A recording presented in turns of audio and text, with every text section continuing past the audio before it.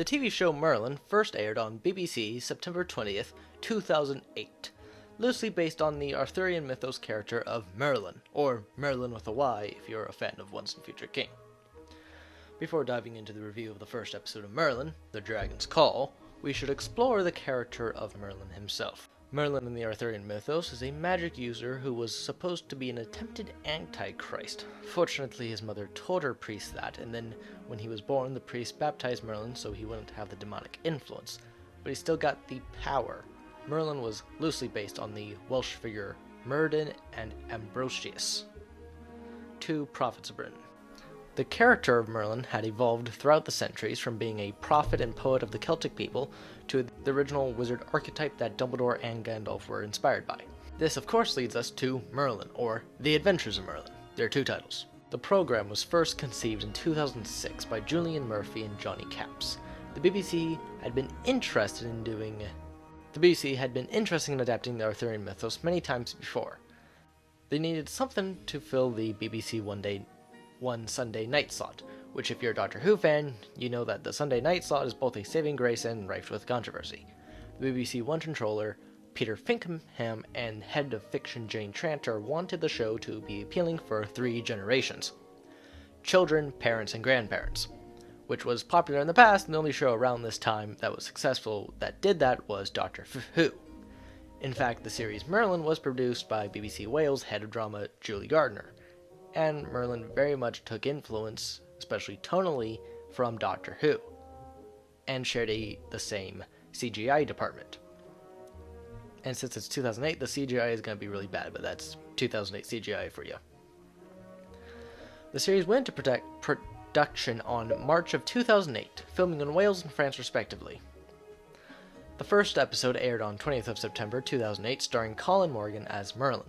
Originally, Matt Smith, who would eventually play the 11th Doctor, auditioned, but they deemed him as too barmy, which, if you've seen Matt Smith in Doctor Who, you would agree. I swear I'm not going to bring up too much Doctor Who. What is interesting with this interpretation of Merlin is that he is a youngster. In fact, the voice overperformed by John Hurt, who played the War Doctor. Dang it, I said I wasn't going to bring up too much Doctor Who. Anyways, his character, who's a dragon, says even a young boy doesn't know his own destiny. Since it's John Hurt, it of course sounds epic. The camera follows Merlin as he enters the kingdom of Camelot. We then have an intro, which is honestly unimpressive. It's boring adventure fantasy music with an even worse version of the Firefly aesthetic attached onto it. You know, that brown gold haze? Maybe I just need to watch it again, but it was hard to enjoy. It felt like nothing. Merlin in the main area of Camelot, where King Uther Pendragon is standing on his balcony declaring any magic user is punishable offense by death. And Uther is played by Anthony Head, who played a Doctor Who villain, son of a bitch. And we see a man, probably around his early 20s, being executed for being a magic user. Now, most people watching know that Merlin himself is a magic user, and my immediate thoughts were, wow, I wonder what type of relationship this is going to happen between Uther and Merlin, since in the Merlin myths it's Uther who was... Merlin make him to look like the Duke of Cornwall so he can sleep with the Duke's wife, which causes the birth of Arthur. Maybe this will be a budding alliance built on extreme tension.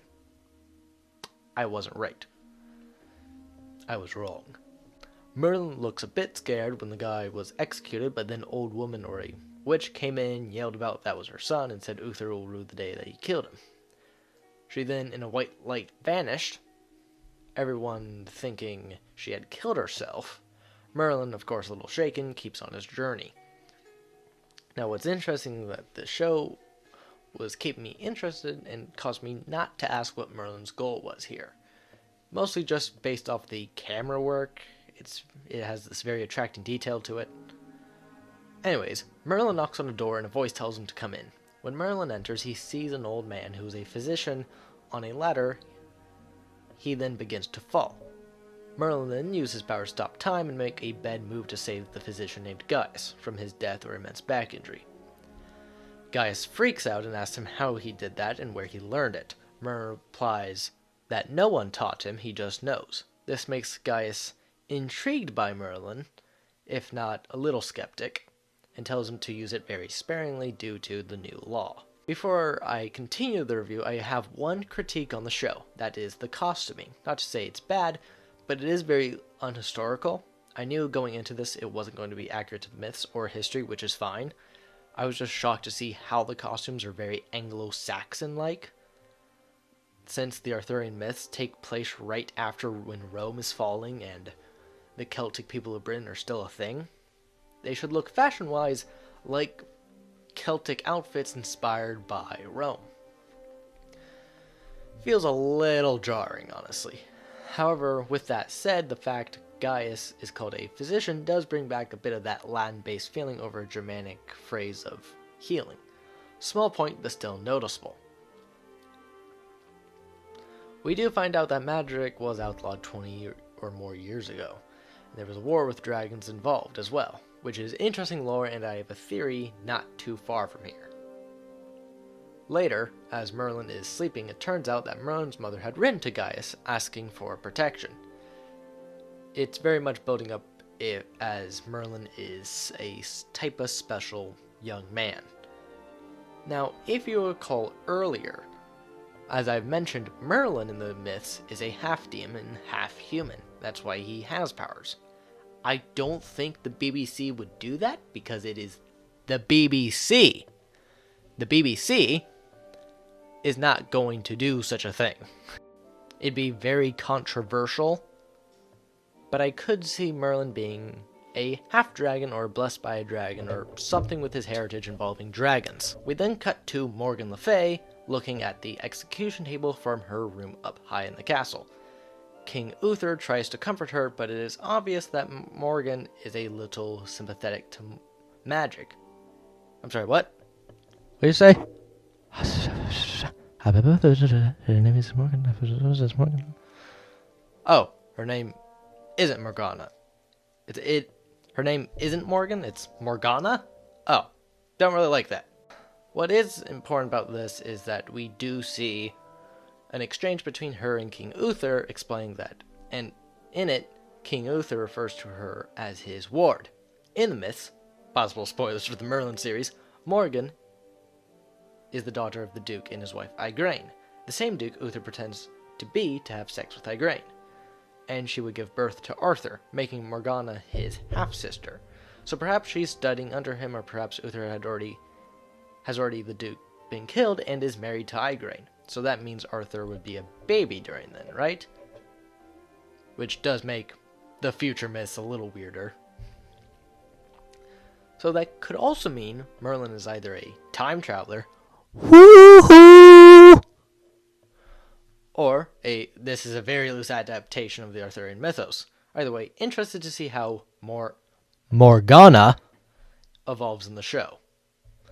Meanwhile, in the woods, a singer traveling to Camelot, played by Eve Miles, who played Gwen Cooper in Doctor Who and Torchwood. Oh, fuck! As she prepares to head to Camelot, the old witch before enters in with a voodoo kind of looking doll.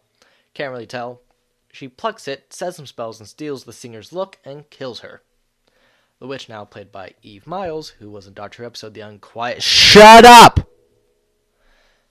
But what is interesting is that when she looks back into the mirror, she isn't the youthful singer, but rather the old witch, which of course is going to be a plot device later on. In the morning, Merlin is tasked by the physician to deal some liquids and potions to the people of Camelot. And he's doing this, he sees a young man with a giant shield running from a handsome blonde man throwing projectiles at the shield. We're supposed to feel bad since people are laughing at the young man, but it is, once again, a giant shield. It doesn't feel that dangerous. Sorry. It doesn't.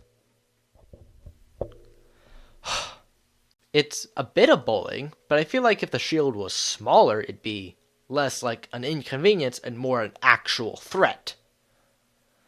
Merlin steps up for the kid and tells the handsome young blonde man to stop. He steps up and tells him to knock it off. The two have a very small spat and scuffle. It then turns out the handsome blonde man says, "In jail for that? Well, who do you think you are, the king?" "No, I'm his son, Arthur." Oh. Shit. I do not like the whole future main character is kind of a jerk trope. I know this isn't super common off the top of my head. Can't think. But I just don't like this trope. It feels weird. Not to say you can't go on a character arc, but this trope just... I don't know, something about it. Maybe this will be a good subversion, like the John Marston subverting of the trope. I don't know. Also, before you say anything, yes, this does diverge from the mythos, but even the mythos diverges from the mythos. Also, does this mean Morgana and Arthur grew up together or close by? So maybe they're not going to be lovers like they were in the myths, but rather siblings, right? Right? Anyways, Merlin is thrown into a rather warm-looking dungeon and just lays there tired because of his scuffles from Prince Arthur. Merlin wakes up with a voice in his head, which did happen slightly earlier in the episode, but I'm bringing it up here because I forgot to write that down. Gaius fortunately gets Merlin out of the cell, and Merlin is glad till he isn't. Gaius explains to him that he then has to be put in these hanging stocks, I think that's what it's called, so he can be freed. So that means people need to throw food at him, which is legitimately a very funny thing. But unfortunately, this is where one of my nitpicks happen. Guinevere. Guinevere walks up and says, "I'm Guinevere, but people call me Gwen. I'm Lady Morgana's handmaid."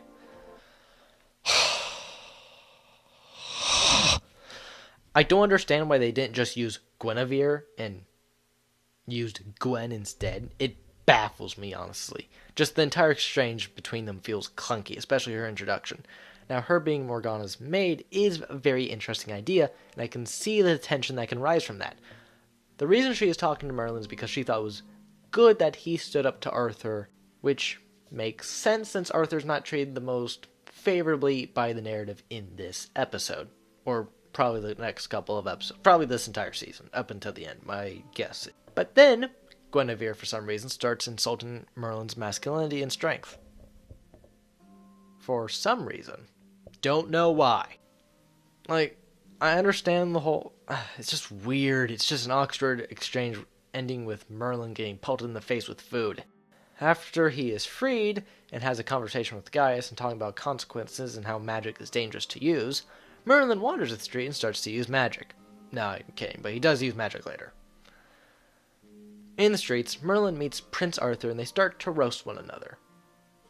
What does help with Prince Arthur's eventual character arc is that you can clearly see he enjoys the banter, which does make it seem like these two will become friends eventually. It is in some ways kind of heartwarming that even with all these banters and insults, they are clearly enjoying it. Also, side note, the actor who plays Arthur, Bradley James, looks like what I imagine a young King Arthur to look like. So, just great casting there. I haven't really talked about Merlin's casting. I mean, he's a good actor, but I don't know. I can't really comment about if he's, like, accurate to the myths or anything, or he even fits the feel of the character since he is playing a young version of the character. And you know, I think for me personally, you just don't imagine Merlin as young. Maybe that's just me. So because of all these insults and jokes, they start to fight each other. And during their fight, there's a lot of weird camera zoom-ins and outs, and didn't really need to be there. It was a bit of an immersion-breaking moment, and plus, it was just very speedy and quick. It was a little annoying. In the end, Merlin is able to embarrass Arthur via using his magic powers. Gaius, of course, sees this and looks at him sternly, causing Arthur to get the upper hand and beat Merlin over the shoulder. Arthur does compliment Merlin for being very brave to do such a thing. Which, like I've said before, this is going to help their eventual allyship. Merlin later, as he's getting killed by Gaius, is also berated by Gaius, and Merlin has a bit of a short speech of not wanting to be magical. He doesn't want these powers. He thinks he'd rather just die than suppressing his powers, which is understandable for the character of Merlin, having powers that are not allowed to be used.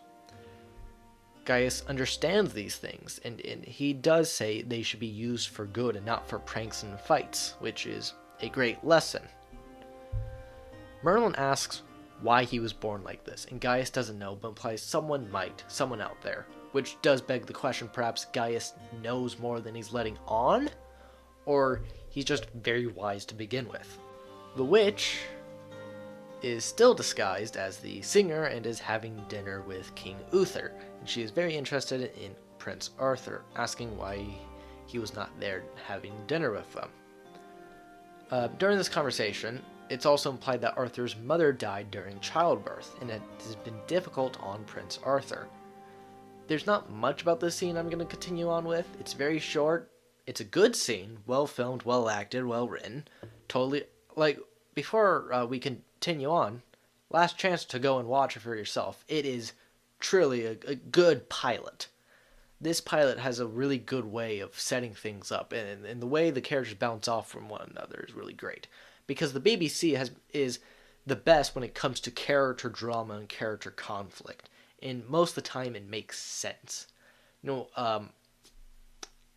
I believe there was one American film director whose name I'm forgetting that said America is very story based, while Europe, especially France and the UK, are super character based. And honestly, that is why I prefer some British television over American television shows. It is about the character. Which I also think is why the stereotype of British acting being better than American acting has arisen. Because I don't think Brits are necessarily better, they just have more opportunity. Merlin awakes during the night because he hears John Hurt's voice whispering his name. Because if you had John Hurt whispering your name and you feel like you could find it, wouldn't you? Admit it. You would. Goes downstairs, sneaking by Gaius, and sees around the corner 2 guards playing with dice. Merlin then uses his magic to make the dice fly away. This causes the guards to leave their posts and try to find their dice. But I feel like the scene would have been better if Merlin didn't use his magic, but rather some form of I don't know, but just intellect, dexterity, that type of stuff. Because we just had an entire scene about how Gaius explains he shouldn't be doing this for personal gain, and then Merlin kind of does this for personal gain. It feels a miscommunication on the writer's part, or it's setting up that Merlin is gonna be a very tricky student to teach the same lesson to over and over again. Or what I like to call the Ben Tennyson effect. We have Merlin descend down the cave, and I gotta say it is well shot. Then this entire thing is well shot, honestly. And he finally finds a CGI dragon chained up. Not good CGI, but still CGI chained up dragon, voiced by none other, the man, the myth, the legend, John Hurt. The dragon tells Merlin of his greatness and how that will happen. And then he tells that he will be a great ally to King Arthur, Pendragon, son of Uther, and he will unite Albion.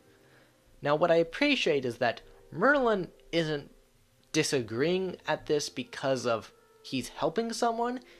He disagrees at this for helping Prince Arthur to become king. He does not like Arthur, so the idea of him helping Arthur unite Albion is a sour taste in him. I do think if it was someone else, Merlin might have been a little bummed out, but I think he would be able to help. He's not interested in helping Arthur. He begs it's not Arthur Pendragon. But the dragon says it is and flies off. Later in the 3rd act, everyone is gathered in the hall together to hear the singer sing. Everyone is chatting and mixing together. Morgana walks in with a dress that I'm assuming is supposed to be some form of alluring, because it got Prince Arthur's attention, which that's your half-sister, mate. Then we get another awkward exchange between Guinevere and Merlin. Pretty much she talks about how she likes him, but not really. She just likes men similar to him, but not him. They're only doing this to build up tension between Merlin and Arthur in future episodes, aren't they? If they replace Lancelot with Merlin, I'm gonna be... The witch appears in the court hall, and she begins to sing. As she sings, members of the hall fall asleep, with cobwebs appearing slowly one by one. Not simultaneously, of course, as you can see. Due to plot convenience and Merlin's intellect, he notices this and covers his ears as everyone falls asleep to the witch's magic. Merlin uses his magic to bring the chandelier down, and making it fall on the witch, breaking the spell. But the witch isn't dead just yet. With her final act, she throws a dagger at Prince Arthur. However, Merlin then grabs Arthur out of the way, saving him and his life. Uther congratulates and praises Merlin for saving Arthur's life. Again, this is his son. Also, just gotta say, just a really kind of heartwarming scene to see Uther just glad for this random kid. He then declares that Merlin is Arthur's newest manservant, which neither are happy about whatsoever. It is quite hilarious to see these two just miserable about it. Later, as Merlin looks sulky, Gaius walks in and tries to comfort him, giving him a book of magic. Gaius tells him to keep a secret and Merlin nods. In the end, with a next time ad showing what will happen next, and I gotta say, it is very intriguing and I am looking forward to seeing the rest of the show. I don't think I'll make more reviews of this, but I do enjoy the show. I am very intrigued at it. I've seen a lot of TV pilots, and this was really good. I've seen some pilots to good shows that end poorly. Some bad pilots that are to really good shows, and some pilots that are so good it just completely absorbs you and are just fantastic pieces of media. Merlin is a pretty decent pilot, and honestly, it's just enjoyable. It's not perfect by any means, it's just an enjoyable pilot, which I can't really say for other shows similar to this, like Doctor Who. Even though I love Doctor Who, the first episode of the revival is a little rough, honestly, looking back on it, and the pacing is weird. But if we're comparing BBC shows that I've seen, Merlin does blow Doctor Who out of the water in terms of pilot. Ultimately, I would rank Merlin a 7.5 out of 10. There's not a whole lot of it I would criticize other than Guinevere and I don't know, there was some scenes that I didn't even mention because they were a little dull, like when the witch first enters into Camelot. It's not really needed. And of course, this theme song is just kind of bad. But I am intrigued by this show. It is really drawing to the eye. Ultimately, it's a very decent pilot. And if you've enjoyed me reviewing this, well, thank you. Enjoy, and God bless.